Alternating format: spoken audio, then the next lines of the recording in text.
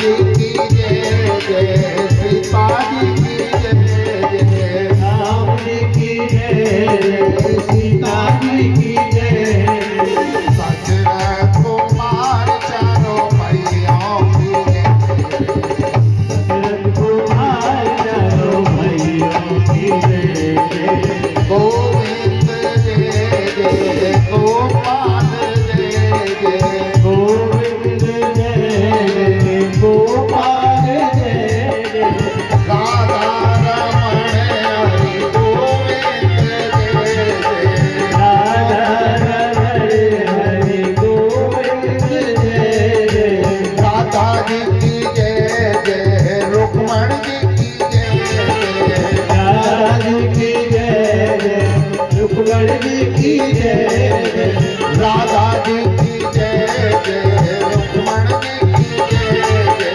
राधा जी की जय रुक्मण जी की जय और मोकट वंशी वाले की जय गोरी मुकुट बंसी वाले की जय जय गोविंद जय जय गोपाल जय जय गोविंद जय गोपाल जय राधा रमण हरि गोविंद जय जय राधा रमण हरि गोविंद जय गोविंद जय जय बोलो गोपाल जय गोपाल जय गोविंद जय जय बोलो गोपाल जय गोविंद जय गोपाल जय राधा रमण हरि गोविंद जय जय राधा रमण हरि गोविंद जय राधा रमण हरि गोविंद जय गोविंद जय जय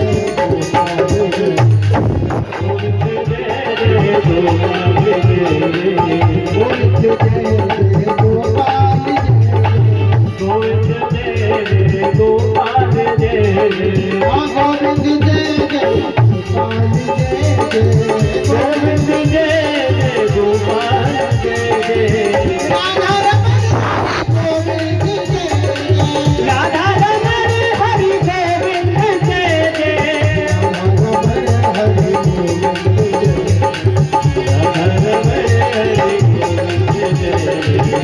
रमण हरि गोविंद जय राधा रमण हरि गोविंद जय राधा रमण हरि गोविंद जय राधा रमण हरि गोविंद जय हरि गोविंद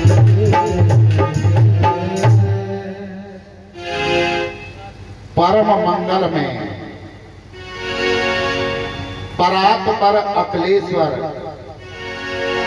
अकारण करुणा वरुणालय भक्त वांछित कल्प तरु श्री विनिंदित पीतांबर धारी बाल कृष्ण लाल की वांगमयी मूर्ति श्रीमद् भागवत महापुराण है। बोलो श्रीमद् भागवत महापुराण की जय हो बोलो सुखदेव जी महाराज की जय हो बोलो परीक्षित जी महाराज की जय हो बोलो भक्त और भगवान की जय हो बोलो बस्ती माता की जय हो बोलो गौ माता की जय हो बोलो गंगा मैया की जय हो बोलो जमुना मैया की जय हो बोलो अपने अपने गुरु गोविंद भगवान की जय हो बोलो अपने अपने मताई बाप की जय हो बोलो बागेश्वर धाम की बोलो सन्यासी बाबा की जय हो बोलो दादा गुरु महाराज की जय हो जय जय श्री राधे श्याम। परम आदरणीय सर्वमात्र शक्ति पिता तुल्य पुरुष शक्ति विप्र समाज, संत समाज, भक्त श्रोता, मेरे संगीतकार और जहां तक मेरी आवाज जा रही है वहां तक के सभी भक्त प्रेमियों को मैं डॉक्टर संजय भारद्वाज व्यासपीठ से चरणों में कोट कोट नमन करता हूं। बोलो राधे राधे।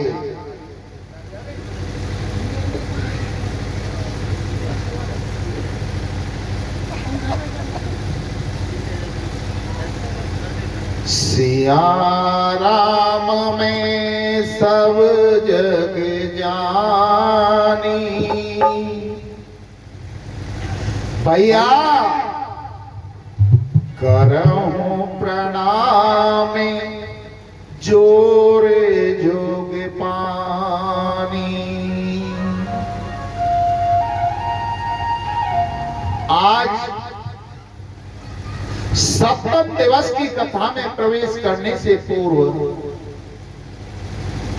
जो कलयुग के राजा हैं, जिनका चारों युग में प्रताप है, ऐसे वीर बलवंत हनुमंत लाल के चरणों में प्रार्थना करते हैं। क्यों? अगर भगवान की कथा का अगर कोई सच्चा वक्ता है तो वो है हनुमान जी महाराज,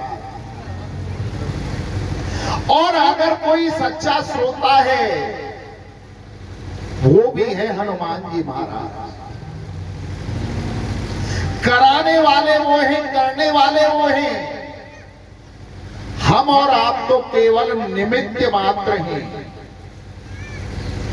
ऐसे वीर बलवंत हनुमंत लाल के चरणों में दंडवत प्रार्थना करते हैं।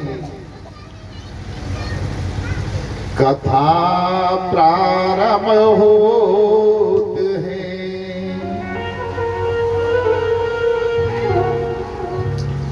आओ वीर हनुमान,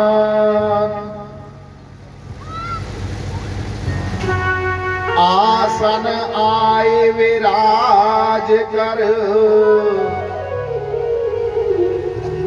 करो सर्व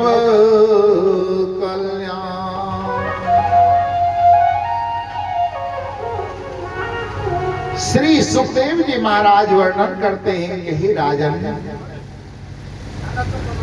मेरे प्रभु श्री द्वारकाधीश का प्रथम विवाह रुक्मणी जी के साथ में हुआ और रुक्मणी जी को लेकर के द्वारका आ जाते हैं। जब व्यक्ति के जीवन में खुशी आने लगती है तो जलने वालों की भी कमी नहीं रहती है। अगर कोई व्यक्ति 10-20 हजार रुपए महीने कमाएगा, उसके शत्रु जलने वाले कम होंगे। अगर उसी व्यक्ति की आय 1,00,000-1.5 लाख रुपए प्रति माह हो जाए तो जलने वाले उससे और हो जाएंगे, अधिक हो जाएंगे, ईर्ष्या करने वाले हो जाएंगे। परंतु जीवन में कैसी भी परिस्थिति आए, कभी घबराना नहीं चाहिए। उस परमात्मा को याद रखना चाहिए तो उस परमात्मा के जीवन में कितने संकट आए, परंतु वो कभी नहीं घबरा। उसका जन्म कहां हुआ? जहां चोर डकैत आदियों को बंद किया जाता है। जन्म लेते ही अपने माँ बाप को छोड़ करके दूसरी जगह पालन पोषण हुआ। थोड़ा जीवन बढ़ा, प्रेम बढ़ा कि वृंदावन को छोड़ करके, उस स्थान को, उन माँ बापों को छोड़ करके मथुरा जाना पड़ गया। मथुरा में पहुंचे, कुछ दिन वहां रहे, आकर के जरासंध ने चढ़ाई कर दी, मथुरा को छोड़कर के द्वारका बसे गए। उसके जीवन में कभी सुख नहीं आया, परंतु वो कभी नहीं घबराया मेरा परमात्मा। तो तुम क्यों घबराते हो? शास्त्र कहते हैं दुख में तड़पो नहीं, सुख में फूलो मती, प्राण जाए मगर नाम भूलो मती, मुरली वाले को मन में रिझाते चलो, कृष्ण गोविंद गोपाल गाते चलो, कृष्ण गोविंद गोपाल गाते चलो, कृष्ण गोविंद गोपाल गाते चलो। मुरली वाले मुरली वाले मुरली वाले मुरली वाले मुरली वाले को हरदम रिझाते चलो, मुरली वाले को हरदम रिझाते चलो, कृष्ण गोविंद गोपाल गाते चलो, कृष्ण गोविंद गोपाल गाते चलो।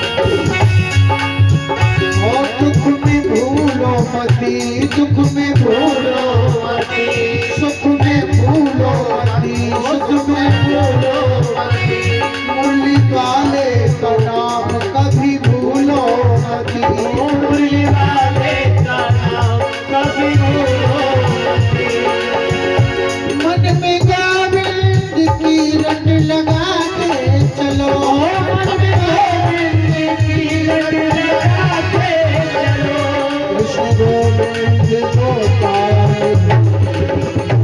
कृष्ण गोविंद गोपाल गाते चलो, कृष्ण गोविंद गोपाल गाते चलो, कृष्ण गोविंद गोपाल गाते चलो।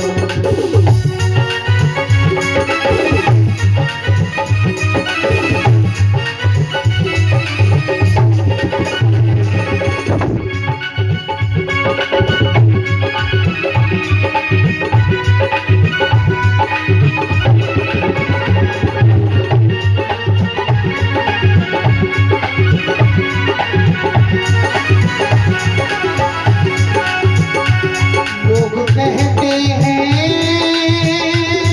लोग कहते हैं, लोग कहते हैं भगवान आते नहीं, लोग कहते हैं भगवान आते नहीं, हो बिजली की तरह तुम बुलाते नहीं, बिजली की तरह तुम बुलाते नहीं, हो तेरे गज की तरह तुम लगाते चलो, गज की तरह तुम लगाते चलो, गोविंद गोपाल गोविंद गोपाल गाते चलो, कृष्ण गोविंद गोपाल गाते चलो, कृष्ण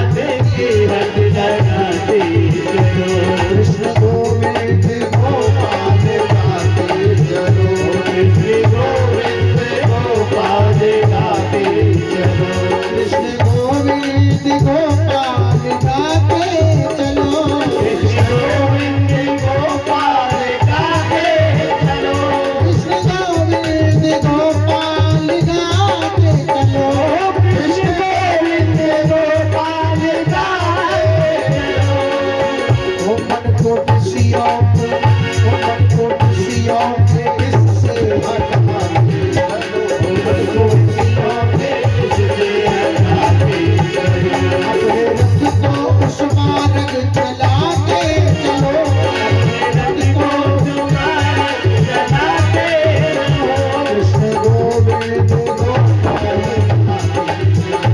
कृष्ण गोविंद गोपाल गाके चलो कृष्ण गोविंद गोपाल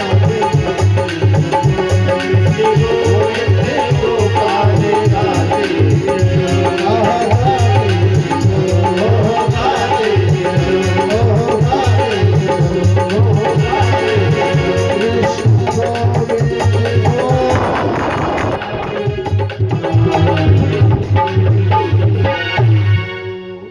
बोलो गोविंद भगवान की जय जय श्री राधे श्याम।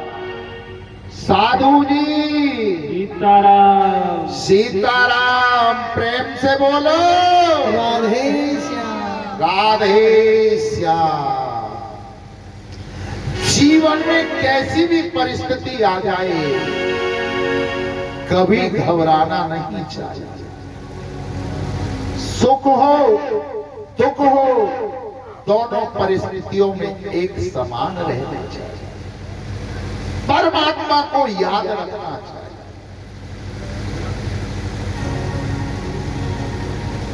माता रुक्मिणी के गर्भ में प्रथम बालक आया और उस बालक का जन्म हुआ। उस बालक का नाम था प्रद्युमन। बड़ा सुंदर था प्रद्युमन। मेरे गोविंद के शत्रुओं की कमी नहीं थी। संबासुर नाम का एक राक्षस आता है और प्रसूत का ग्रह से उस बालक को चुरा करके ले जाता है। ले जाता हुआ आकाश मार्ग से जा रहा था। उस बालक को समुद्र में फेंक दिया। उस समुद्र में कुछ मछुआरे मछलियां पकड़ रहे थे। जब उस बालक को उस समुद्र में फेंका तो एक मछली उस बालक को निकल जाती है और वहां जो मछुआरे उन मछलियों को पकड़ रहे थे वो मछली उन मछुआरों के जाल में आ जाती है। मछुआरे उस मछली को अपने घर ले जाते हैं और काट कर जब उस मछली को बनाने लगे तो जब उस मछली को काटा उस मछली के उदर से पेट से वो बालक जीवित निकल आया। मछुआरे उस बालक को लेकर के संबासुर के पास गए और जाकर के कहा कि हे स्वामी हे राजन मछली के उदर से पेट से ये बालक जीवित निकला है। संबासुर के यहां पर एक काम करने वाली स्त्री थी जिसका नाम था विद्यावती। संबासुर ने कहा कि हे विद्यावती तुम इस बालक को अपने पास रखो और इसका लालन पालन पोषण तुम ही करो। वो बालक विद्यावती को दे दिया। विद्यावती उस बालक का पालन पोषण करने लगी। कई वर्ष व्यतीत हो गए तो एक दिन नारद जी विद्यावती के पास आते हैं और आकर के कहते हैं कि हे देवी तुम्हारी गोद में जो ये बालक खेल रहा है ना ये तुम्हारा पति है। विद्यावती हाथ जोड़ करके कहने लगी कैसे नारद जी मुझे बताओ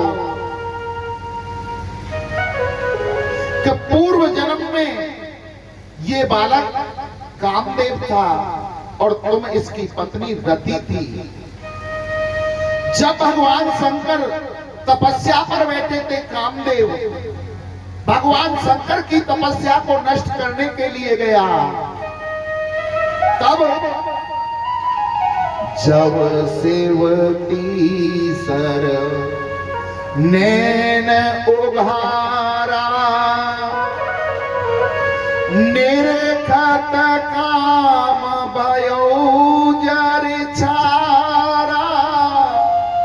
उस समय तुम्हारा पति कामदेव जल करके भस्म हो गया था और तुमने भगवान शंकर से बार बार प्रार्थना की कि हे स्वामी, मेरे पति के अपराधों को क्षमा कर दो, उसे मुझे लौटा दो। तो भगवान शंकर ने कहा था कि हे देवी, अब तो ये जल करके भस्म हो गया, परंतु द्वापर में कृष्ण के पुत्र के रूप में तुम्हें तुम्हारा पति मिल जाएगा।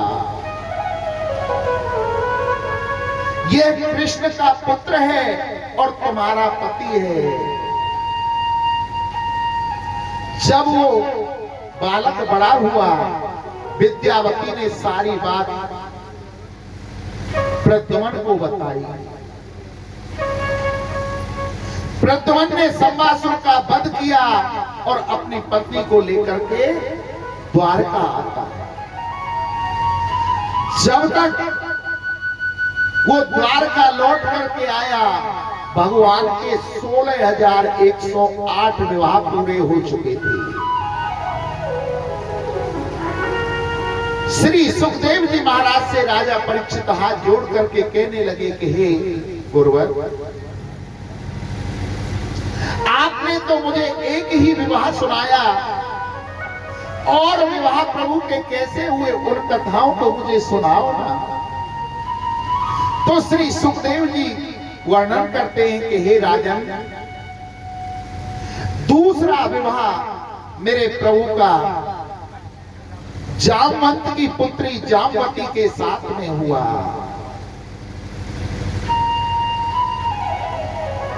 तो परीक्षित महाराज कहने लगे, प्रभु कैसे कैसे हुआ, उस कथा को विस्तार से सुनाओ। बोले सुनो। एक सत्राजित नाम का राजा था और उसके पास में एक सैमंतक मणि थी। उस मणि की प्रतिदिन जब पूजा की जाती 10 घंटे, तो वो 2 भार सोना दिया करती थी।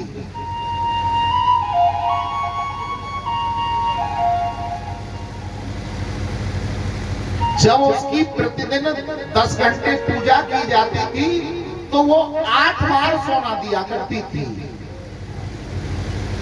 8 बार का मतलब समझते हो आप? किलो 2 किलो नहीं,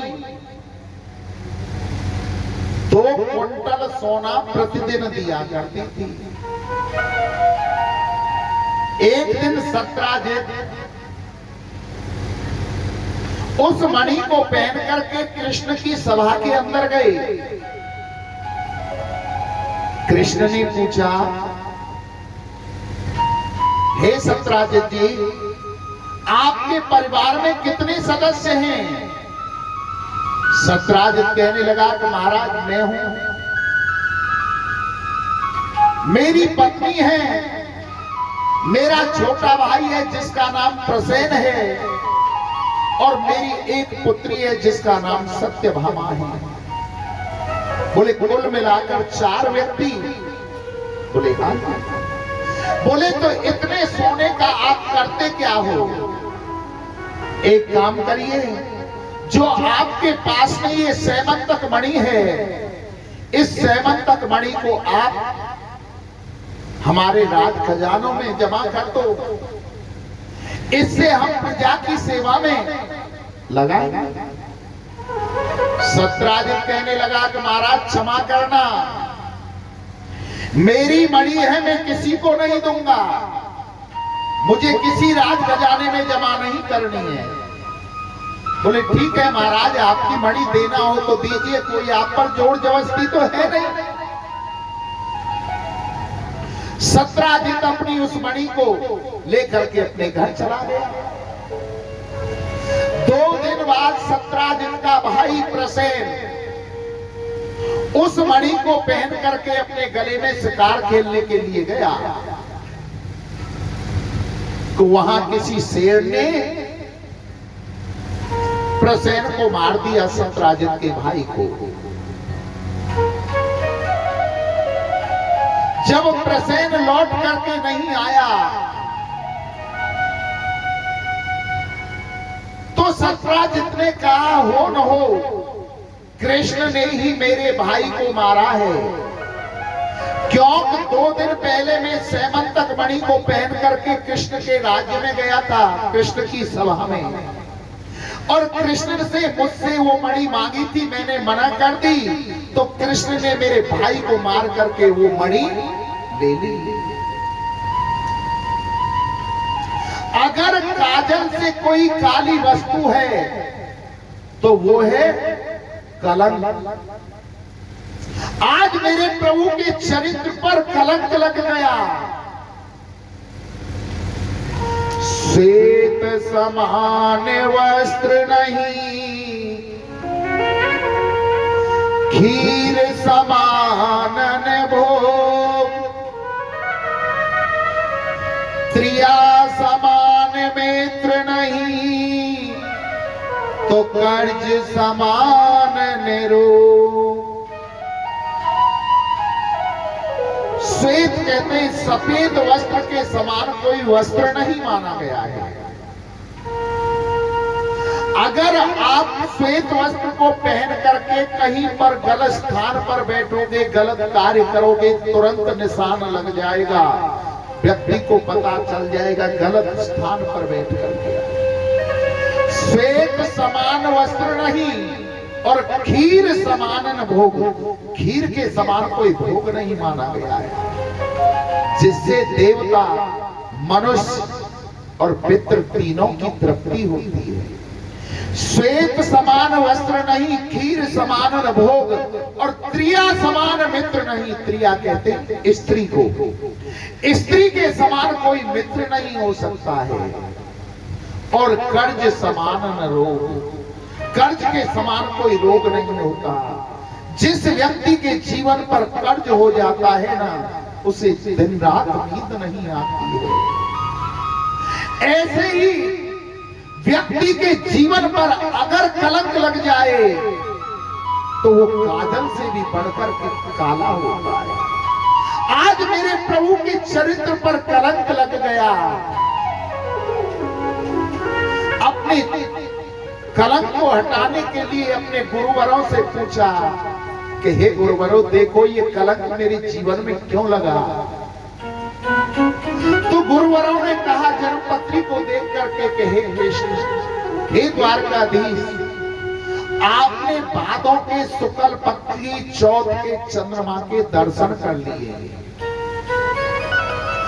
जो व्यक्ति भादों की चौथ के शुक्ल पक्ष के चंद्रमा के दर्शन करता है, उसके जीवन में कलंक अवश्य लगता है। उस कलंक को अपने चरित्र से हटाने के लिए द्वारकाधीश 10-5 सैनिकों को अपने साथ लेते हैं और उसी जंगल में जाते हैं जिसमें प्रसेन गया था। थोड़ा अंदर उस जंगल में प्रवेश किया तो प्रसेन मरा हुआ पड़ा है, हड्डियां पड़ी हुई है उसकी। वहां से एक शेर के पैर आगे जा रहे थे। उन शेर के पैरों का पीछा करते करते मेरे गोविंद आगे बढ़ते हैं। कुछ दूरी पर जाकर के देखते हैं तो वो शेर भी मरा हुआ पड़ा है। वहां से एक रीछ के पैर आगे जा रहे हैं। उन रीछ के पैरों का पीछा करते करते गोविंद आगे बढ़े तो वो एक गुफा में प्रवेश कर रहे थे। गोविंद भी उस गुफा में प्रवेश कर गए। उस गुफा में प्रवेश किया तो जाकर देखा तो उसके अंदर एक अति सुंदर कन्या उस सैमंतक मणि के साथ में खेल रही थी। गोविंद ने पूछा कि हे देवी, तुम कौन हो? ये सैमंतक मणि हमें दे दीजिए, इसके कारण हमारे जीवन में कलंक लगा है। वो कन्या कहने लगी, मैं जामवंत की पुत्री हूं, जामवंती मेरा नाम है। इतनी ही बात हुई थी, इतना ही परिचय दे पाई कि इतने में जामवंत जी वहां आ जाते हैं और जामवंत जी कहने लगे, अगर आपको ये मणि लेकर के जानी है तो आपको मेरे साथ युद्ध करना पड़ेगा। अगर युद्ध में आपने मुझे हरा दिया तो आप ये सैमंतक मणि ले जाना, नहीं तो आपको ये सैमंतक मणि नहीं मिलेगी।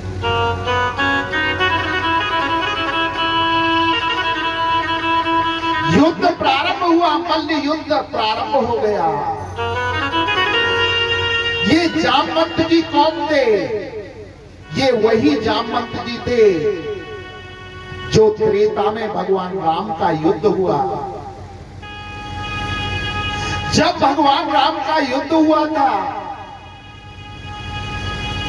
किसी वानर ने 4 राक्षसों को मारा, किसी ने 10 को मारा, किसी ने 8 मारा। और जब जामवंत जी को पूछा गया कि जामवंत जी आपने कितनों को मारा, तो वानर कहने लगे कि जामवंत जी तो बूढ़े हैं, इन्होंने कहां मारा होगा किसी को। जामवंत जी के नेत्रों से अश्रु बहने लगे। जब प्रभु राम ने सबको कुछ न कुछ मांगने की कही, तो जामवंत जी ने कहा कि हे प्रभु, अगर देना ही चाहते हो तो मैंने इस पूरे राम युद्ध को देखा है, इसमें मुझे सिवाय आपके कोई दूसरा योद्धा ही नहीं दिखाई दिया। मैं देखना चाहता हूं कि आपकी बाजुओं में कितना बल है, आप मुझसे युद्ध कर लीजिए।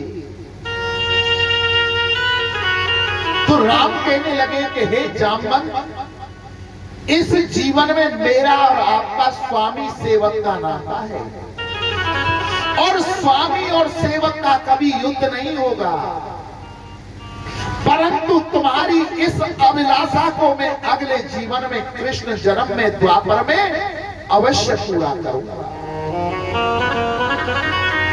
जिस जामवंत को बूढ़ा बताया था उन वानरों ने भगवान के साथ में द्वापर में 28 दिन तक मल्ल युद्ध किया है। कितनी ताकत थी उस जामवंत के अंदर, आप अंदाजा लगा दीजिए। जब 28 दिन उस युद्ध को करते करते हो गए, तब एक झलक मेरे प्रभु ने धनुष बाण में जामवंत जी को दिखलाई। जामवंत जी ने जब धनुष बाण में प्रभु श्री राम की झलक को देखा तो समझ गए ये तो मेरे प्रभु श्री राम हैं। हाथ जोड़ करके कहने लगे कि हे प्रभु, आप बड़ी दयालु हो, आपने मेरी युद्धवारी अभिलाषा को पूरा कर दिया। अब आप मेरे जीवन में एक कृपा और कर दीजिए। बोली क्या? कि मेरी जो ये पुत्री है जामवती, आप इसे अपनी पत्नी के रूप में स्वीकार कर लीजिए। मेरे प्रभु श्री द्वारकाधीश का विवाह दूसरा जामवती के साथ में होता है और कन्यादान के रूप में जामवंत जी वो सैमंतक मणि दे देते हैं। अपनी पत्नी जामवती को लेकर के कृष्ण द्वारका आते हैं और आकर के प्रसेन को बुलाया और प्रसेन को वो सैमंतक मणि लौटा दी कि हे राजन, ये ले अपनी सैमंतक मणि, इसके कारण तूने मेरे जीवन पर कलंक लगाया था। सारी बात बताई तेरे भाई को। शेर ने मारा, शेर को रीछ ने मारा और रीछ के यहां से जामवंत के यहां से मैं तेरी मणि को छुड़ा कर लाया। सेमंतक मणि सत्राजित को दे दी। सत्राजित उस सेमंतक मणि को लेकर अपने घर गया। रात भर उसको नींद नहीं आई। दूसरे दिन निकलते ही प्रातःकाल द्वारकाधीश भगवान के पास आ गया और कहने लगा कि हे प्रभु, मेरा अपराध क्षमा करो, मेरा अपराध क्षमा करो। द्वारकाधीश कहने लगे कि हमने तो भैया तुम्हें कल ही क्षमा कर दिया था। बोले मैं ऐसे नहीं मानूंगा। अगर आपने मुझे क्षमा कर दिया है तो मेरी पुत्री है सत्यभामा, आप उसे पत्नी के रूप में स्वीकार कर लीजिए। तीसरा विवाह मेरे प्रभु का सत्यभामा के साथ में होता है। श्री सुखदेव जी महाराज वर्णन करते हैं, एक बार अर्जुन और कृष्ण एक रथ पर चढ़ करके किसी वन में जा रहे थे। वहां देखा कि एक नदी के किनारे एक बहुत सुंदर युवती बियाबान जंगल में तपस्या कर रही थी। अर्जुन ने रथ को रोका और जाकर के युवती के पास जाकर पूछने लगे कि हे देवी, आप कौन हो और यहां क्या कर रही हो? तो उस युवती ने कहा कि मैं यमराज की बहन हूं, कालिंदी मेरा नाम है, यमुना मुझे लोग कहते हैं सूर्य की पुत्री हूं और इस निर्जन वन में मैं तपस्या कर रही हूं। किस लिए? अहम देवस्य सवितुरः द्वैता पतिं रक्षति विष्णु वरण्यं वरदा तपा परममास्थितता। कि मैं यहां पर जो विष्णु का स्वरूप है कृष्ण, उसे पति रूप में पाने के लिए तपस्या कर रही हूं। अर्जुन ने कहा कि हे देवी, अब तुम्हें तपस्या करने की आवश्यकता नहीं है, क्यों? वो कृष्ण तो मेरे साथ रथ में बैठे हुए हैं। चौथा विवाह मेरे प्रभु का कालिंदी यमुना के साथ में होता है। अवंती नगरी थी जिसे आज उज्जैन के नाम से जाना जाता है। वहां के राजा थे बिंद और अरविंद, दो भाई। उनकी परम लाडली बहन थी जिसका नाम था मित्रविंदा। पांचवा विवाह मेरे प्रभु का मित्रविंदा के साथ होता है। कौशल देश के यशस्वी राजा थे नगनजित। उनके यहां पर 7 बड़े बलशाली बैल थे।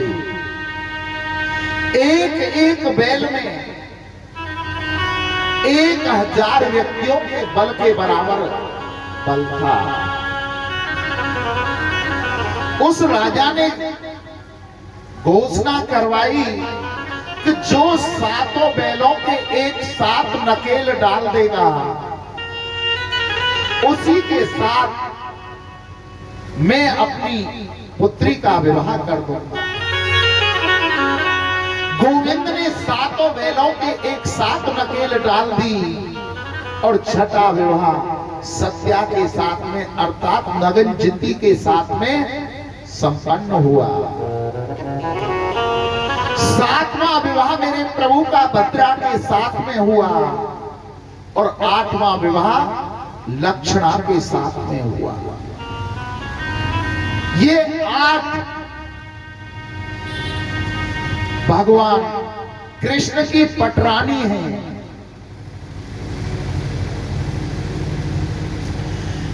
एक भौमासुर नाम का राजा था जो भूमि से उत्पन्न हुआ था, बड़ा ही बलशाली राजा था। राजाओं के यहां जाता, उनकी कन्याओं को देखता तो उनको चुरा करके लिया जाता, युद्ध जीत करके लिया आता और ला करके उन्हें अपनी जेल में बंद कर रखा। इतना अत्याचार आसपास चारों तरफ उस व्योमासुर ने किया कि राजकुमारियों को 16,100 राजकुमारियों को आज तक लाकर अपनी जेल में बंद कर दिया और संकल्प कर रखा था कि जब ये 20,000 हो जाएंगी तब इनके साथ में एक साथ विवाह करूंगा। उन 16,100 राजकुमारियों ने पत्र लिखा और गुप्त रूप से एक सैनिक को द्वारका भेजा कि महाराज हमें कैसे भी इस व्योमासुर नाम के राक्षस से छुड़ाओ, इसने हमें अपनी जेल में बंद कर रखा है। द्वारकाधीश कृष्ण सत्यभामा को साथ लेकर के व्योमासुर के पास पहुंचते हैं और जाकर के व्योमासुर से युद्ध हो गया प्रारंभ और अंत में मेरे प्रभु ने व्योमासुर का वध कर दिया। जाकर के जेल के तालों को खोला और 16,100 राजकुमारियों से कहा कि हे राजकुमारियों, अब तुम मुक्त हो, अब तुम पर किसी की कोई लगाम नहीं है, जहां जाना चाहती हो वहां चले जाओ। 16,100 राजकुमारी हाथ जोड़ करके कहने लगी कि हे माधव, हे द्वारकाधीश, हे गोविंद, हमारे चरित्र पर कलंक लग गया है। हम जानती हैं हम पवित्र हैं, आप जानते हो हम पवित्र हैं, परंतु समाज नहीं मानेगा। समाज हमारे चरित्र पर उंगलियां उठाएगा, क्योंकि हम भौमासुर की जेल में बंद रहे हैं। अगर आपने हमें छुड़ाने की इतनी बड़ी कृपा की है तो हमारे जीवन पर आप एक कृपा और कर दीजिए, आप हमें पत्नी के रूप में स्वीकार कर लीजिए।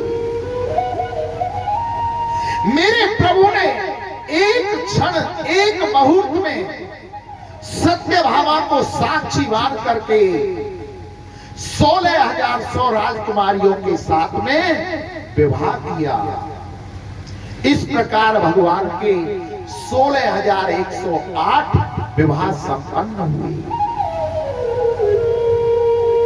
जो 8 पटरानी हैं वो कौन कौन सी हैं? 8 प्रकार की प्रकृति बतलाई है और 8 प्रकार की प्रकृति भगवान की पटरानी है। भूमि,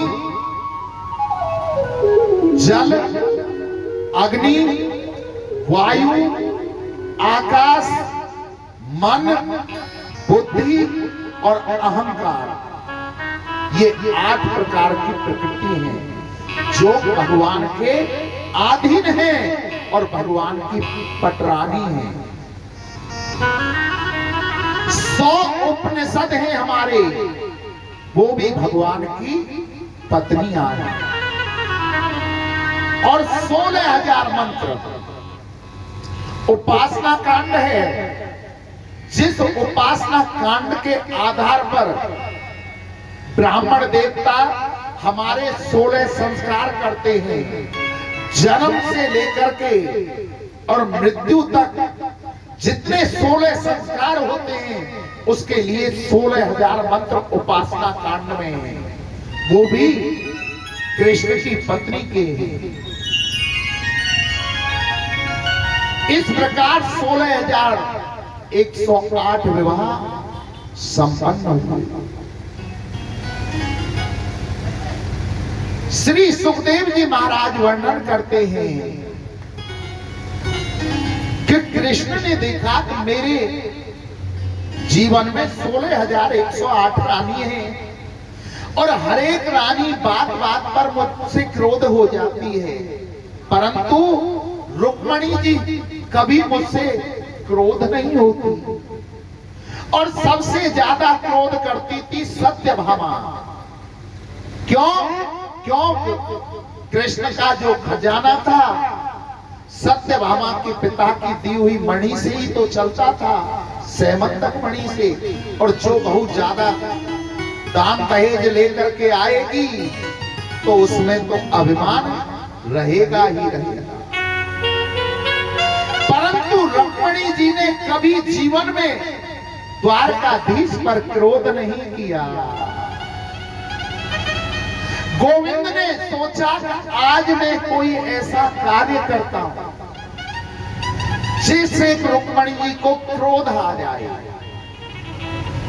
रुक्मिणी जी जल लेकर के आई और कृष्ण को देने लगी, तो कृष्ण ने कहा क्या करें हम जल लेकर के? आप अपराध पर अपराध करती जा रही हो, गलती पर गलती करती जा रही हो। कहां तक हम आपकी गलतियों को क्षमा करें? रुक्मिणी जी बेचारी थर थर कांपने लगी, बोली स्वामी मुझसे क्या गलती हो गई कि पहली गलती तो तुम्हारी ये है कि तुमसे विवाह करने के लिए शिशुपाल जैसे बड़े सुंदर सुंदर राजकुमार आए थे और आपने उन सुंदर राजकुमारों को छोड़ करके मुझ काले सांवले कृष्ण से ही विवाह किया। दूसरी,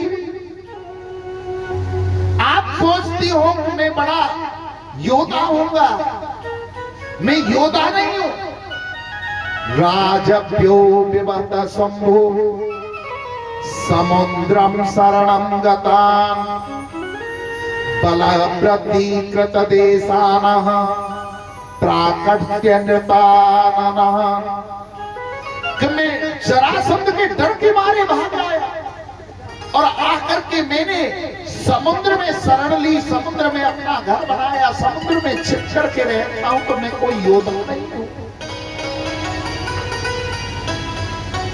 तीसरा, आप ये समझती होंगी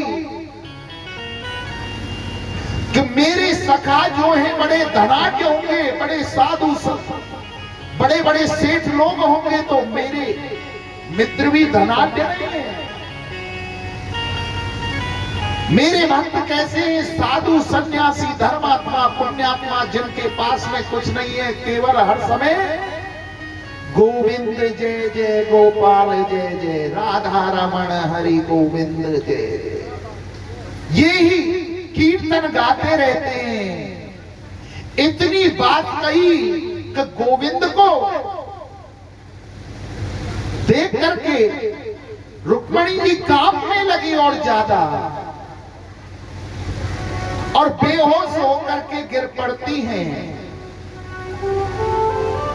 कन्हैया सोचने लगे कि हमने तो सोचा था रुक्मिणी जी को क्रोध आएगा, परंतु ये तो बेहोश हो गई। कन्हैया ने गोद में उठाया, पलंग पर सुलाया, जल के छींटे लगाए और पंखा करने लगे। घंटे आधे घंटे बाद जब रुक्मिणी जी को होश आया तो रुक्मिणी जी हाथ जोड़ करके बैठ गई और कहने लगी कि स्वामी आपने एक बात सत्य कही, आपने झूठ तो कुछ भी कहा। आपने पहली बात की थी कि मैंने शिशुपाल जैसे सुंदर राजकुमारों से शादी क्यों नहीं की। तो सत्य बताऊं, हे श्याम सुंदर, यदि तुम नंदलाला लली होते तो करोड़ों के गले कट जाते तुम्हारे ऊपर। तुम सांवले ही होकर के इतने सुंदर हो, अगर तुम लड़की होते ना तो करोड़ों के गले कट जाते तुम्हारे ऊपर। दूसरी बात कही आपने कि मैं समुद्र की शरण में ले, तो आप जैसा महान कौन होगा जिसने कि समुद्र के अंदर अपनी नगरी बना दी पूरी। आप जैसा विज्ञान कौन किसके पास होगा। सहनशीलता देखो मेरे गोविंद की, बालापन देखो मेरे गोविंद का, युवा अवस्था देखो मेरे गोविंद की, मुरली को देखो मेरे गोविंद की। एक एक कला आपके अंदर भरी हुई है।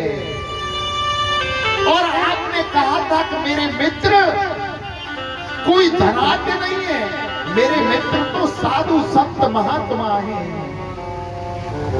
कबीर जी कहते हैं, कबीरा सब जग निधन, धन विनता नहीं कोई, धन विनता सोई जानिए, जाको राम नाम धन होए। अगर इस जगत में कोई धनवान है तो वही धनवान है जिसने राम नाम का धन कमा लिया, कृष्ण नाम का धन कमा लिया, गोविंद नाम का धन कमा लिया, वही धनवान है। और गोविंद, कहां तक तुम्हारे गुणों का बखान करूं। तुम्हारे पास एक मुरली है जो बांसुरी होकर के जिसने सारी दुनिया को पागल बना रखा है। अगर वो सोने की होती तो क्या कर देती। घनश्याम तेरी बंसी पागल कर जाती है। घनश्याम तेरी बंसी पागल कर जाती है। घनश्याम तेरी बंसी, नंदलाल तेरी बंसी पागल कर जाती है। नंदलाल तेरी बंसी पागल कर जाती है। घनश्याम तेरी बंसी पागल कर जाती है। घनश्याम तेरी बंसी पागल कर जाती है। पागल कर जाती है, ओ पागल कर जाती है। ये तड़पाती है, रातों को जगाती है। ये तड़पाती है, रातों को जगाती है। घनश्याम तेरी बंसी पागल कर जाती है। घनश्याम तेरी बंसी पागल कर जाती है।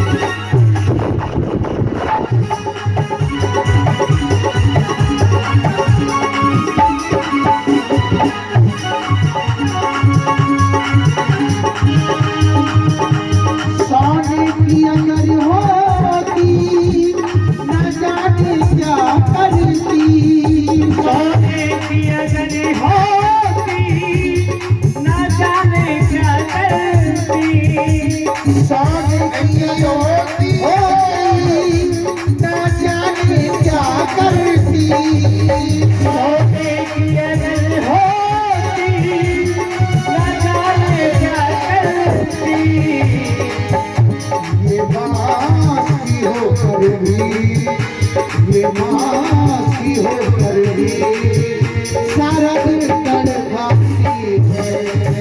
घनश्याम तेरी बंसी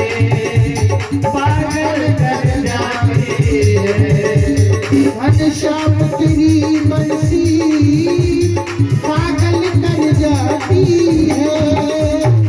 श्याम तेरी बंसी पागल कर जाती है। मीठी सी बात बनकर मीठी सी बात बनकर वो मेरे मन जब शाम तेरी बंसी पागल कर जाती है।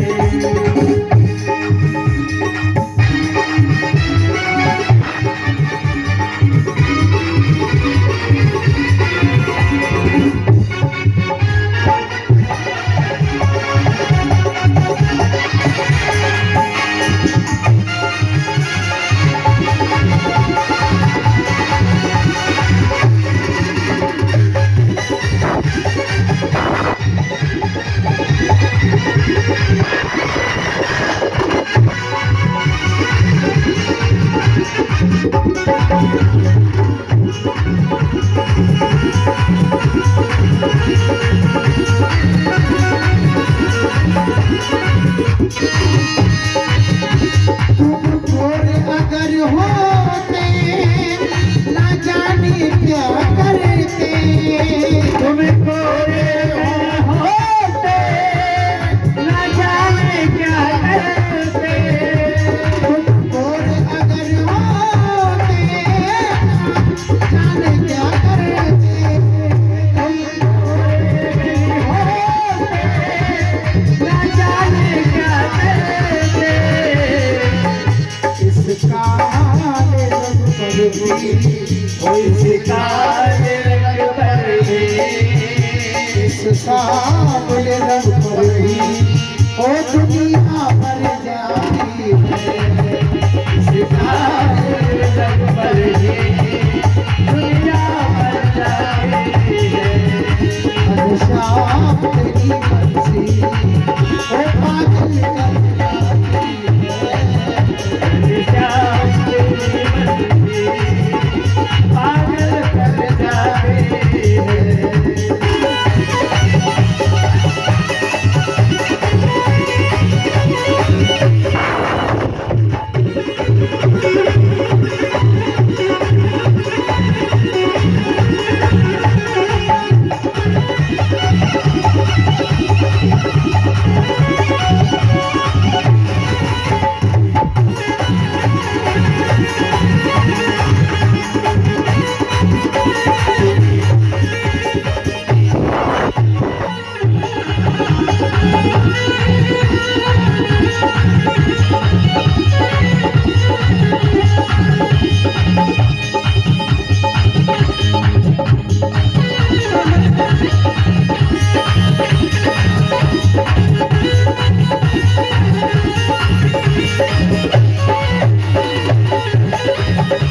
दुख दर्दों को सहना मुरली ने सिखाया है। और दुख दर्दों को सहना मुरली ने सिखाया है। दुख दर्दों को सहना मुरली ने सिखाया है। दर्दों को सहना मुरली ने सिखाया है। इसके खेत है सीखे में बोलते थे सीने में। इसके खेत सीने में फिर भी मुस्कुराती है।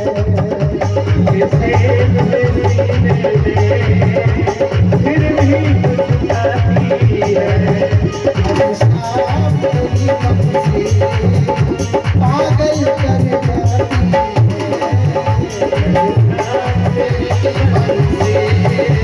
पागल कर जाती है। शाम तेरी बंसी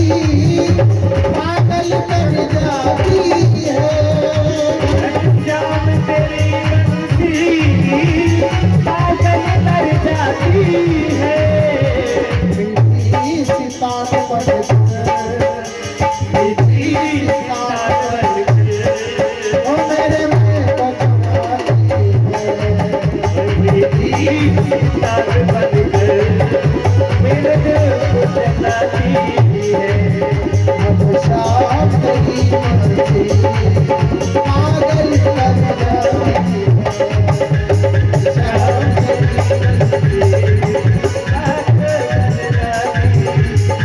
ओ पागल कर जाती है।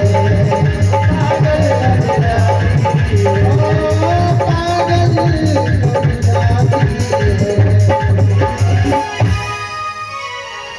बोलो आनंद कंद भगवान की जय हो।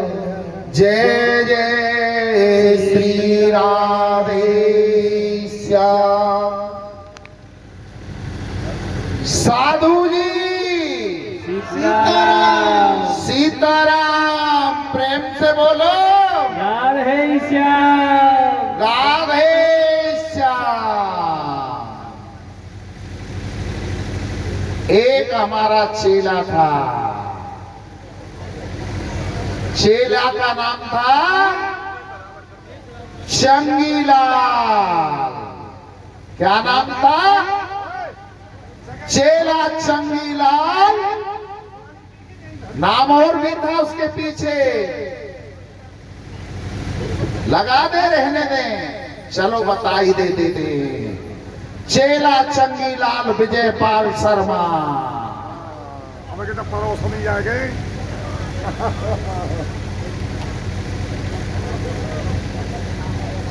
विजयपाल चेला चंगीलाल शर्मा को कहीं से 2 नोट प्राप्त हो गए।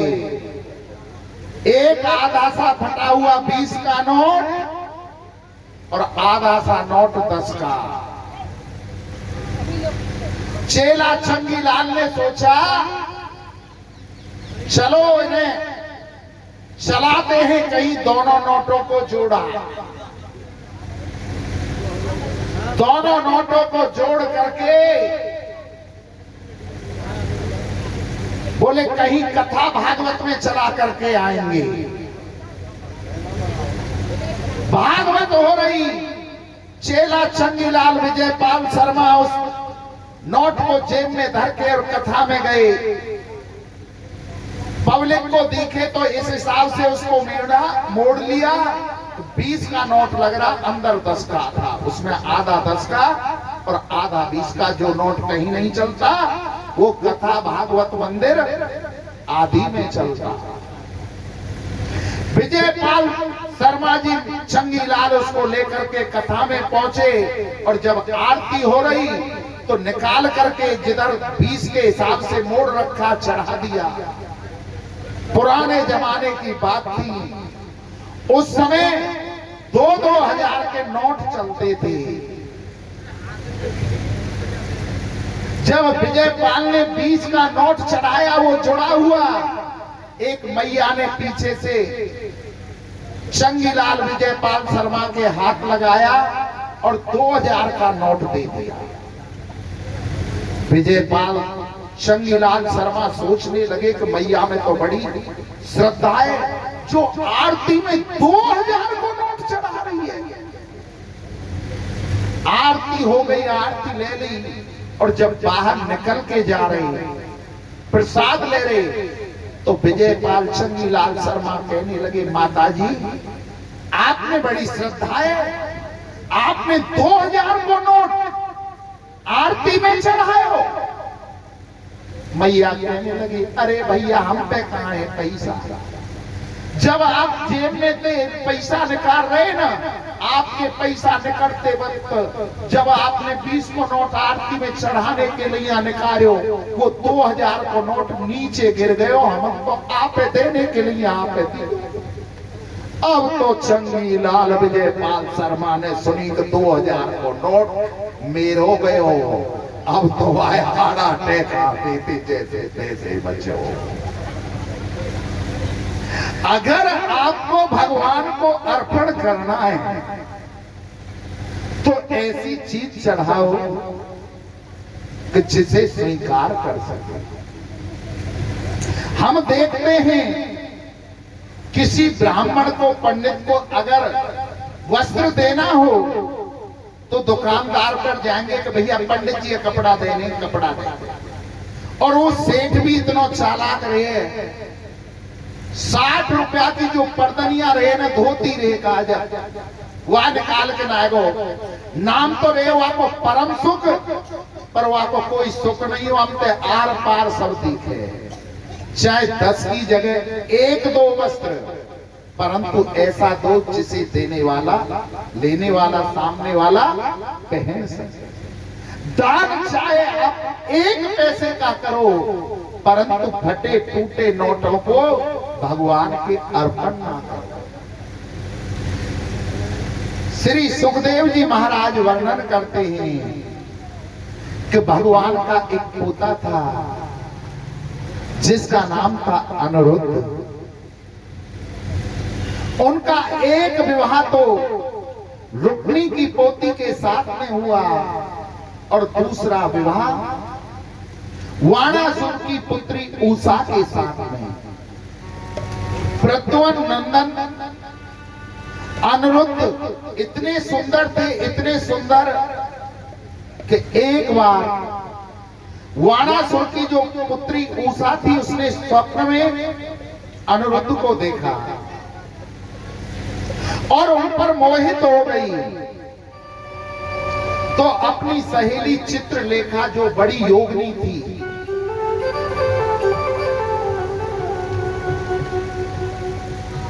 उससे कहा कि तू अनिरुद्ध को चुरा ला। चित्रलेखा द्वारका में गई और सोते हुए अनिरुद्ध को चुरा लाई।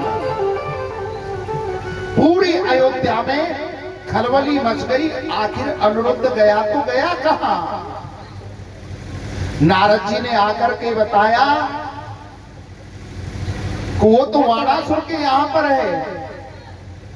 भगवान अपने पोते को छुड़ाने के लिए वाणासुर के यहां पहुंच जाते हैं, युद्ध प्रारंभ हो जाता है। और वाणासुर भक्त था भगवान शंकर का। वाणासुर ने भगवान शंकर को याद किया। भगवान शंकर उसकी सहायता करने के लिए आए। परिणाम ये हुआ, कृष्ण और भगवान शंकर में बातचीत हुई और उषा का विवाह अनिरुद्ध के साथ में कर दिया। उसे लेकर के द्वारका आ गए।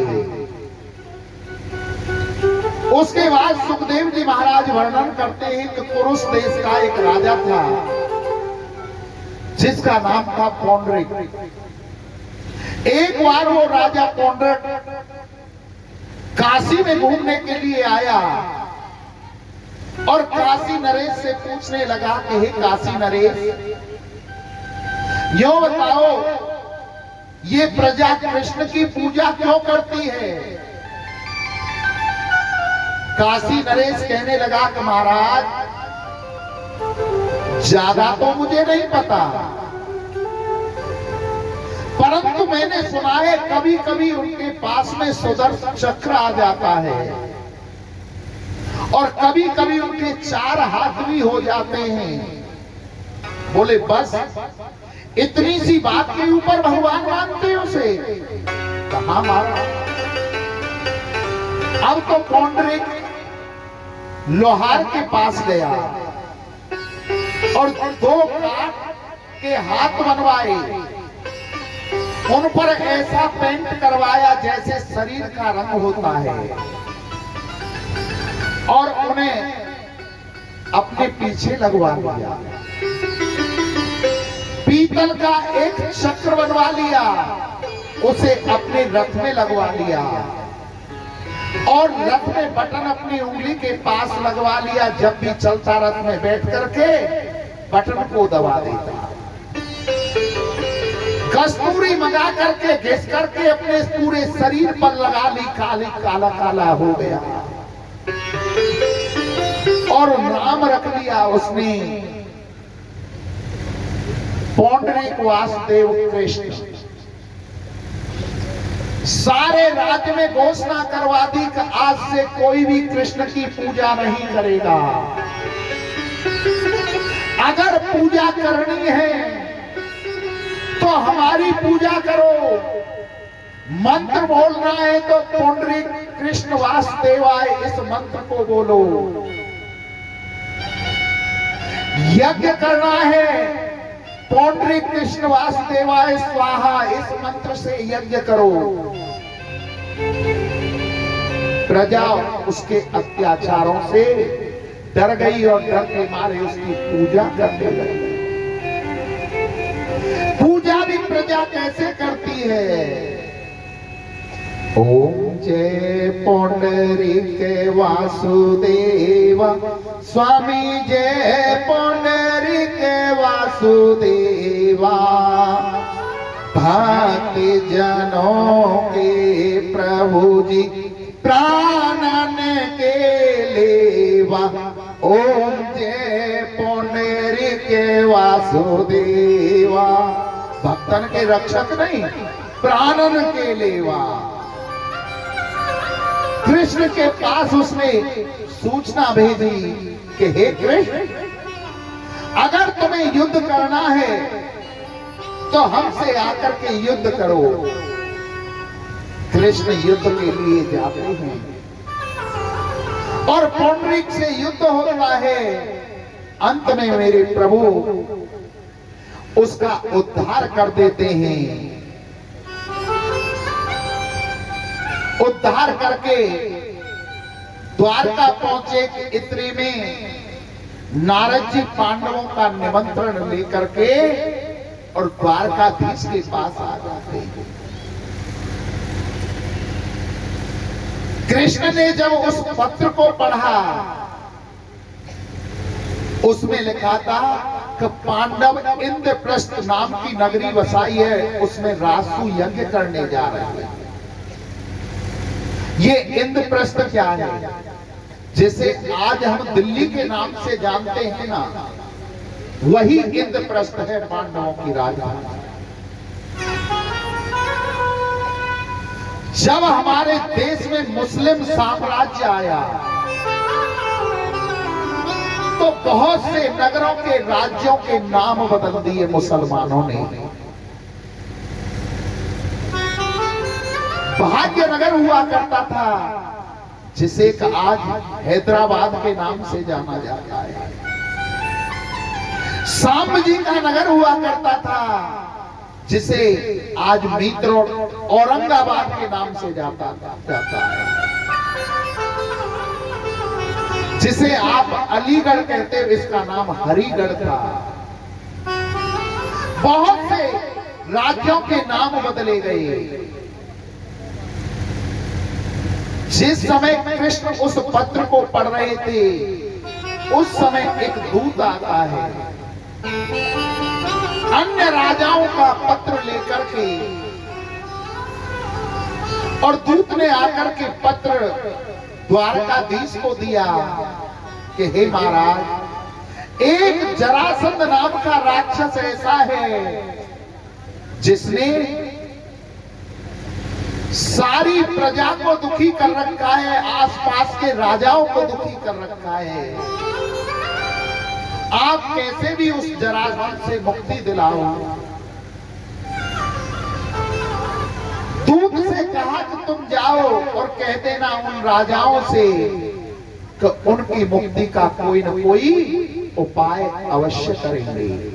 बड़े वाले में पिछले, छोटे छोटे में आगे बढ़ना।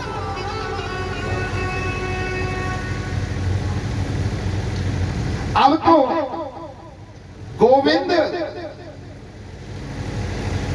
इंद्रप्रस्थ पहुंच जाते हैं पांडवों के पास,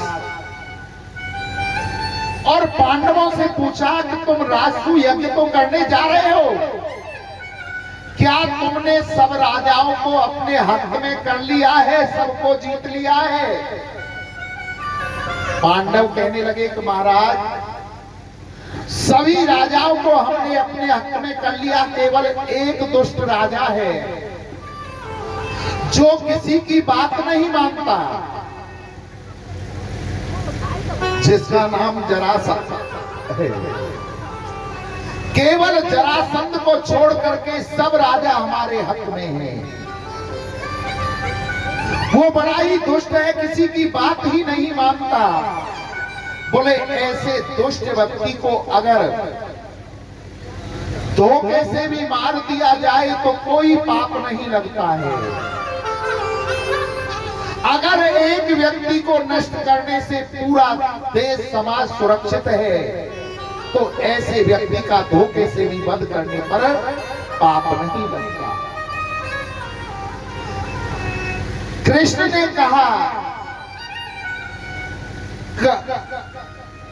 अर्जुन और भीम को मेरे साथ में आप भेजिए।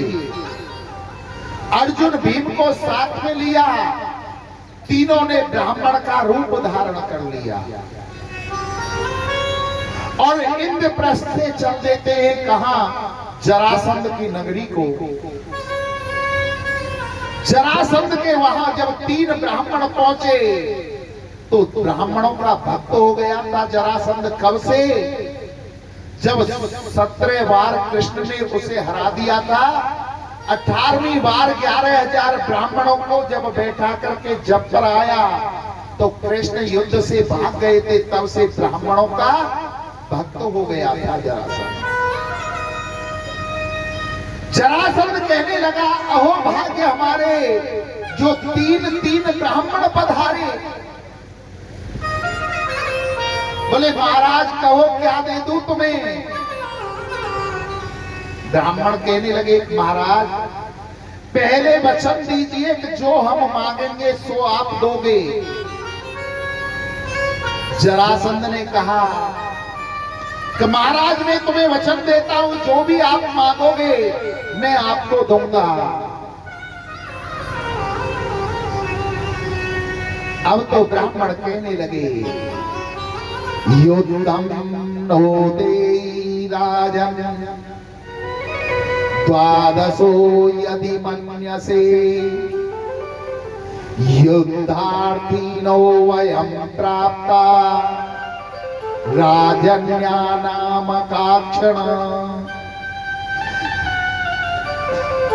अगर देना ही चाहते हो तो युद्धम नो दे ही राजन, आप हमारे साथ युद्ध करिए।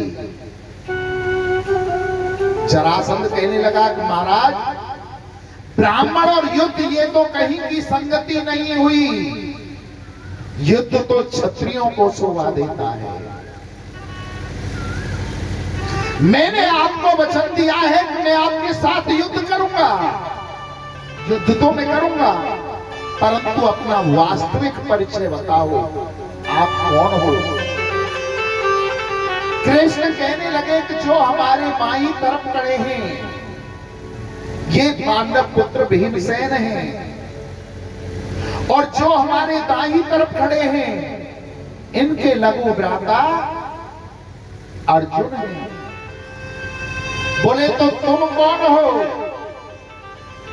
कि इनके मामा के लड़का और तुम्हारे शत्रु हम कृष्ण हैं। अब तो जरासंध सोचने लगा कि सारी बात मिट्टी में मिल जाएगी। 18वीं बार 11,000 ब्राह्मणों को बिठा करके आया था जब इस कृष्ण को मैंने हराया था। अगर इस कृष्ण ने अब मुझे हरा दिया तो बात बिगड़ जाएगी। बोले कृष्ण हम आपसे युद्ध नहीं करेंगे। बोले क्यों?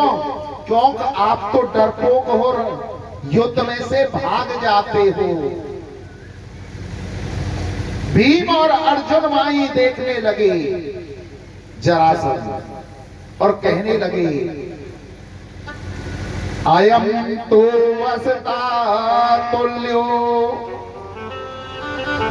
नाति सत्तो न मे समा अर्जुन न भवेत योद्धा भीमस्य तुला बलो ममा। हे कृष्ण आप डरपोक हो, आप रण में से भाग जाते हो, रण छोड़ हो, और बेचारा ये अर्जुन दुबला पतला है, इससे क्या युद्ध करूं? मेरे समान तो बल में भीमसेन है, भीमसेन से युद्ध करूंगा। अब तो भीमसेन ने जब इतनी बात सुनी तो वो तो फूल करके कुप्पा हो गया कि देखो जरासंध ने कृष्ण भगवान को फेल कर दिया, अर्जुन को फेल कर दिया, मुझे सिलेक्ट किया है, पास किया है। युद्ध प्रारंभ हो गया, मल्ल युद्ध होने लगा। पहले जमाने का नियम था कि पूरे दिन युद्ध होता था और जब संध्याकालीन समय आ जाता सूर्य अस्त का तो युद्ध बंद हो जाता। युद्ध को चलते चलते 18 दिन हो गए, नस नस को ढीला कर दिया भीमसेन की। भीमसेन लाख कोशिश करता है जरासंध को मारने की, उसे चीर देता है, फाड़ देता है, परंतु जरासंध नहीं मरता है। 18 दिन जब युद्ध हो गए और 18 दिन की रात्रि को शिविर में, रात्रि वेला में भीमसेन द्वारकाधीश से कहने लगे कि हे कन्हैया, अब मुझसे युद्ध नहीं होगा, सत्य कहता हूं, या तो इस जरासंध का वध करा दो, उद्धार करा दो, और नहीं तो कल मैं भी युद्ध से छोड़ करके भाग जाऊंगा आपकी तरह। कृष्ण कहने लगे कि उस दिन तो बड़ा फूल करके कुप्पा हुआ था कि कृष्ण को फेल कर दिया, अर्जुन को फेल कर दिया, अब करो युद्ध। भीमसेन कहने लगा कि महाराज अब मुझसे युद्ध नहीं होता, मैं हार चुका हूं, या तो कल उसका उद्धार करा देना, नहीं तो तुम्हारे चरणों की सौगंध खा रहा हूं, कल बीच रणभूमि में से, युद्ध भूमि में से भाग जाऊंगा। बोले कोई बात नहीं, कल करा देंगे। दूसरे दिन युद्ध प्रारंभ हुआ। अब भीमसेन जरासंध से युद्ध तो कम करते हैं और बार बार कृष्ण की ओर देखते हैं। कृष्ण ने पृथ्वी पर से एक तिनके को उठाया, उसे बीच में से चीरा और जो सीधा हिस्सा था उसे उल्टी तरफ फेंक दिया और जो उल्टा हिस्सा था उसे सीधी तरफ फेंक दिया। भीमसेन तुरंत समझ गए, जरासंध की टांग पर टांग रख करके उसे चीर दिया और जो उसका सीधा हिस्सा था उसे उल्टी तरफ फेंक दिया और उल्टे हिस्से को सीधी तरफ फेंक दिया, जरासंध का उद्धार कर दिया। उसके बाद जरासंध के खजानों में जाते हैं, वहां से धन लिया बहुत सारा और एक मुकुट रखा था वहां सोने का, उस सोने के मुकुट को भी लेकर के पांडव इंद्रप्रस्थ आ जाते हैं। आकर राजसू यज्ञ को प्रारंभ किया गया। यज्ञ जब प्रारंभ किया गया तो यज्ञ में सबसे बड़ा कार्य होता है खान पान का। जो व्यक्ति अच्छा खाएगा वही तो दूसरे व्यक्ति को खवा पाएगा।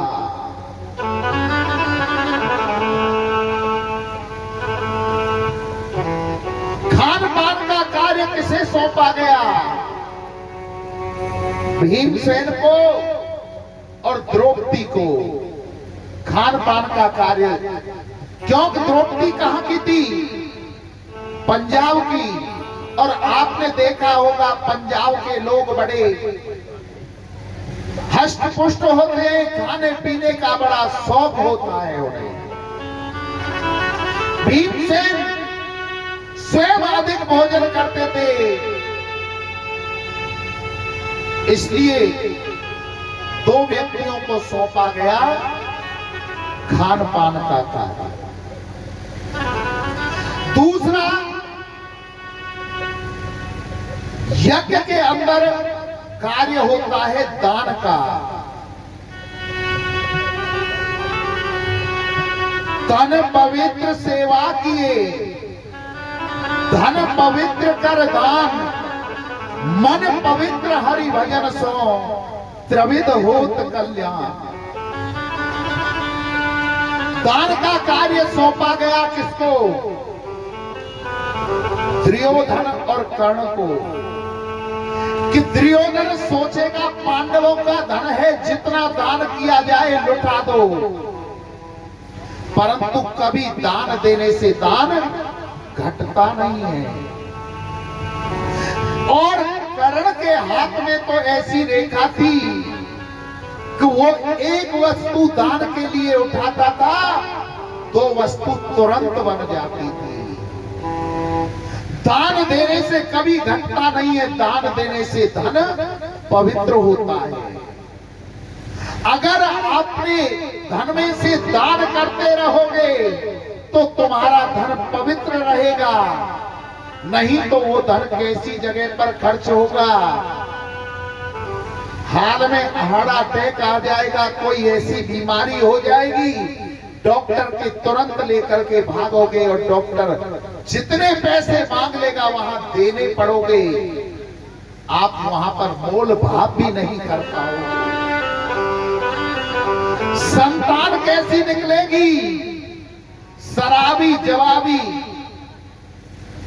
अगर उस धन को पवित्र करना है तो उसमें से समय समय पर दान करते रहना चाहिए। अगर अपने शरीर को पवित्र करना है, अपने माता पिता गुरु और बड़ों की सेवा करनी चाहिए। तन पवित्र सेवा किए, धन पवित्र कर दान, मन पवित्र हरि भजन सो। मन किससे पवित्र होगा? जब हम परमात्मा का नाम लेंगे, भजन करेंगे, हरि कीर्तन गाएंगे, नाम जप करेंगे, तो हमारा मन पवित्र होगा। त्रिविध होत कल्याण। ऐसे व्यक्तियों का तीनों लोकों में कल्याण होता है। और मेरे गोविंद ने कौन सा कार्य लिया कि जितने भी अतिथि आ रहे थे उनके चरणों को गोविंद धुलाते हैं और अपने पटका से उनके पैरों को पोंछते हैं। और जब वो भोजन प्रसादी पा लेते हैं तो उनकी जूठन की पत्तलों को मेरे गोविंद उठाते हैं।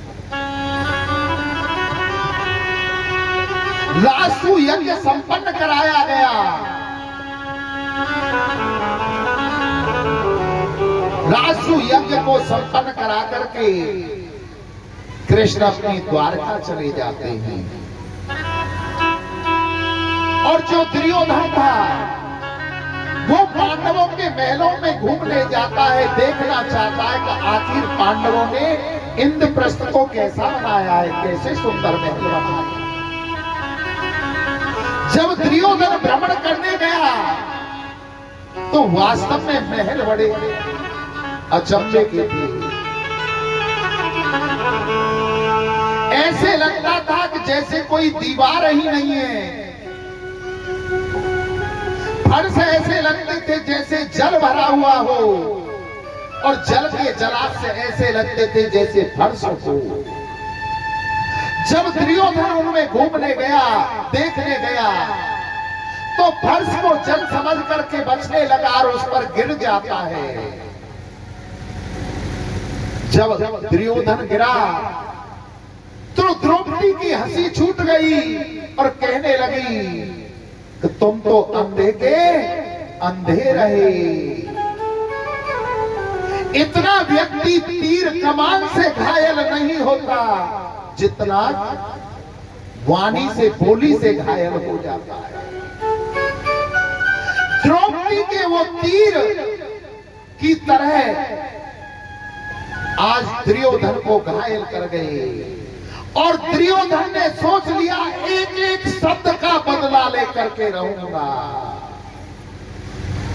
हस्तिनापुर चला जाता है और पांडवों को पत्र लिखा कि हे पांडवों, आप आ जाओ और हमारे साथ में जुआ खेलिए। युधिष्ठिर पांचों पांडवों को लेकर के जुआ खेलने के लिए वहां पहुंच जाता है। और जुए में कलयुग का वास है। अगर सत्य के आधार पर जुआ खेला जाता तो दुर्योधन कभी नहीं जीत पाता, युधिष्ठिर जी कभी नहीं हार पाते। छल के रूप में, कपट के रूप में जुए में कलयुग का वास है। अपना सर्वस्व हार जाते हैं पांडव जुए के अंदर। आखिर में द्रौपदी तक को हार जाते हैं। दुशासन से कहा दुर्योधन ने कि जाओ दुशासन और द्रौपदी के केसों को पकड़ करके तुम ले आओ और ला करके उसे निर्वस्त्र करके मेरी जंगा पर बैठाओ। दुशासन जाता है महलों में और द्रौपदी से कहता है द्रौपदी चलो, सभा में तुम्हें दुर्योधन भैया ने बुलाया है। द्रौपदी हाथ जोड़ करके कहती है हे देवर जी, मैं इस समय ऐसी अवस्था में हूं कि मैं पुरुषों के सामने नहीं जा सकती, भरी सभा की तो बहुत दूर की बात है। इस समय मैं रजस्वला हूं, आप मुझे क्षमा कीजिए। दुशासन केसों को पकड़ करके द्रौपदी को सभा में खींच लाया। द्रौपदी ने आकर के देखा कि सबसे आगे भीष्म पितामह, द्रोणाचार्य, कृपाचार्य, धृतराष्ट्र, बड़े बड़े परिवार के सदस्य बैठे हुए हैं। द्रौपदी सोचने लगी कि भीष्म पितामह, कृपाचार्य, द्रोणाचार्य, धृतराष्ट्र ये मेरी लाज को बचाएंगे, मेरी इज्जत को बचाएंगे। उनकी तरफ देखने लगी कि मेरी रक्षा करो, मेरी लाज को बचाओ, मेरी लाज को बताओ। तो उन्होंने अपने नेत्रों को नीचे कर दिया। फिर द्रौपदी सोचती है चलो इन्होंने नहीं बचाया, इस सभा में मेरे पांच पति बैठे हैं, मेरे पांचों पति मेरी इज्जत को बचाएंगे। अपने पतियों की तरफ जब द्रौपदी देखती है तो पांचों पति भी अपनी दृष्टि को नीचे कर लेते हैं। द्रौपदी सोचने लगी कि इन्होंने भी मेरी इज्जत को नहीं बचाया है तो मैं इतनी निर्बल नहीं हूं। मैं अपनी प्राणों की रक्षा, अपनी इज्जत की रक्षा स्वयं करूंगी। अपनी साड़ी को अपने दांतों से दबा लेती है तो मैं स्वयं अपनी रक्षा करूंगी। दुशासन ने जरा सा झटका मारा कि दांतों से साड़ी छूट जाती है। द्रौपदी को लगा कि अब मेरी लाज बचाने वाला कोई नहीं है। अपने दोनों हाथों को ऊपर उठा लेती है और उस परब्रह्म परमात्मा को याद करने लगती है। सर आए नहीं घनश्याम जो सारी सर से सरकी, आए नहीं घनश्याम साड़ी सर से सरकी, सर से सरकी पांचों बरकी, सर से सरकी पांचों बरकी, आस लगी मोहे गिरधर की,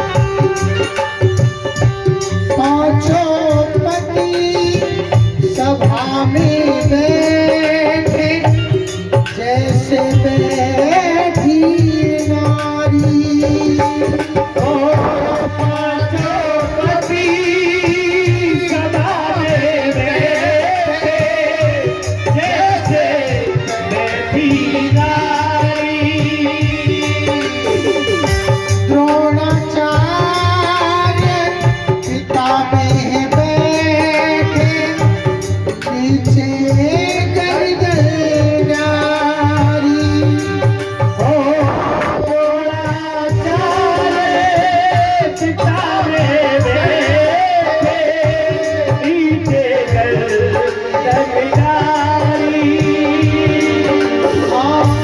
अपनों ने मुख मोड़ लिया है अपनों ने मोड़ लिया है मोहे केवल आस तिहारी आए नहीं घनश्याम सर से सारी सरली आए नहीं घर जा बुलाई सर से सरली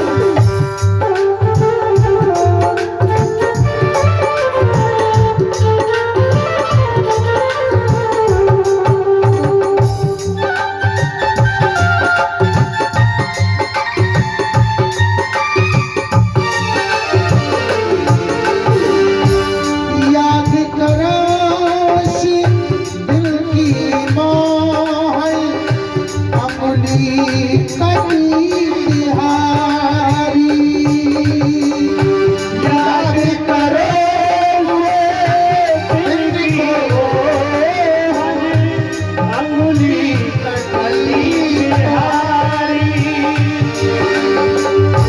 हारित सारी अपने तरली बांधी तुरंत मुरारी आगे सारी अपने गले बांधी सूरत मुरारी बेगी पधारो बेगी पधारो बेगी पधारो तेरी बदारो लुट जाएगी राज हमारी आए नहीं घर जा बुलाई सर से सरली आए नहीं घनश्याम सारी सरस्वती सरस्वती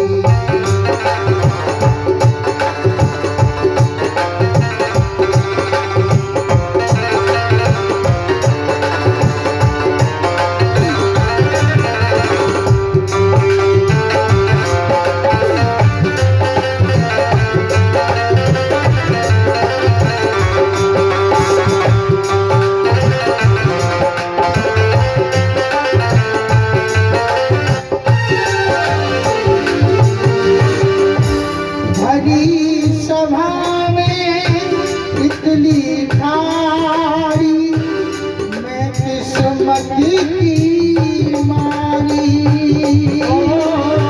भाई सभा में इतनी खारी मैं किस्मत की मारी तू सासर मेरी सारी खींचे हुई है शर्म पानी तू सासर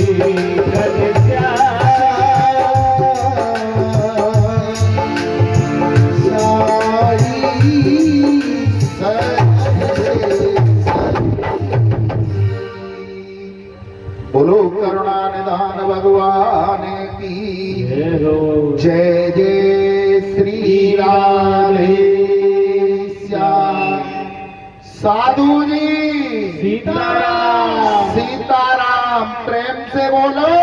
राधे श्याम। अब तो मेरे गोविंद ने इतनी सारी बढ़ाई, इतनी सारी बढ़ाई कि साड़ी विच नारी है कि नारी विच साड़ी है, साड़ी ही की नारी है कि नारी ही की साड़ी है।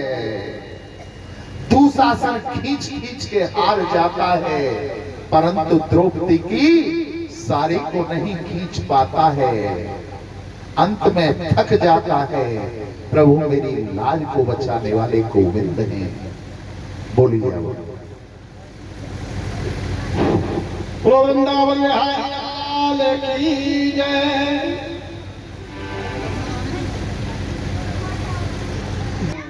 दुशासन हार जाता है।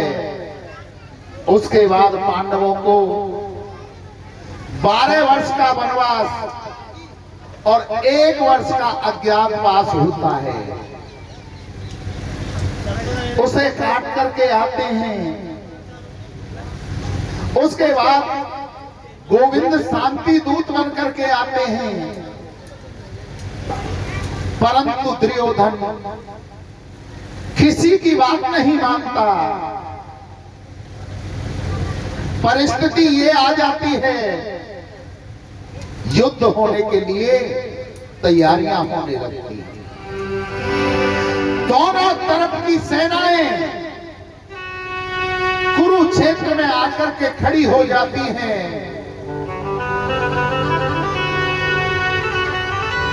उसी समय एक मौरवी का लाल था, जिसके पास केवल 3 वाण थे। 3 वाणों को अपनी कमान में रख करके युद्ध के लिए चल देता है। अपनी मां से आज्ञा पाता है, मां बता मैं किसकी ओर से युद्ध करूं। मौरवी कहती है, बेटा जो हारे उसकी ओर से तुम्हें युद्ध करना है, हारे का सहारा बनना है तुम्हें। जब चल दिया युद्ध के लिए, नाम था बब्री।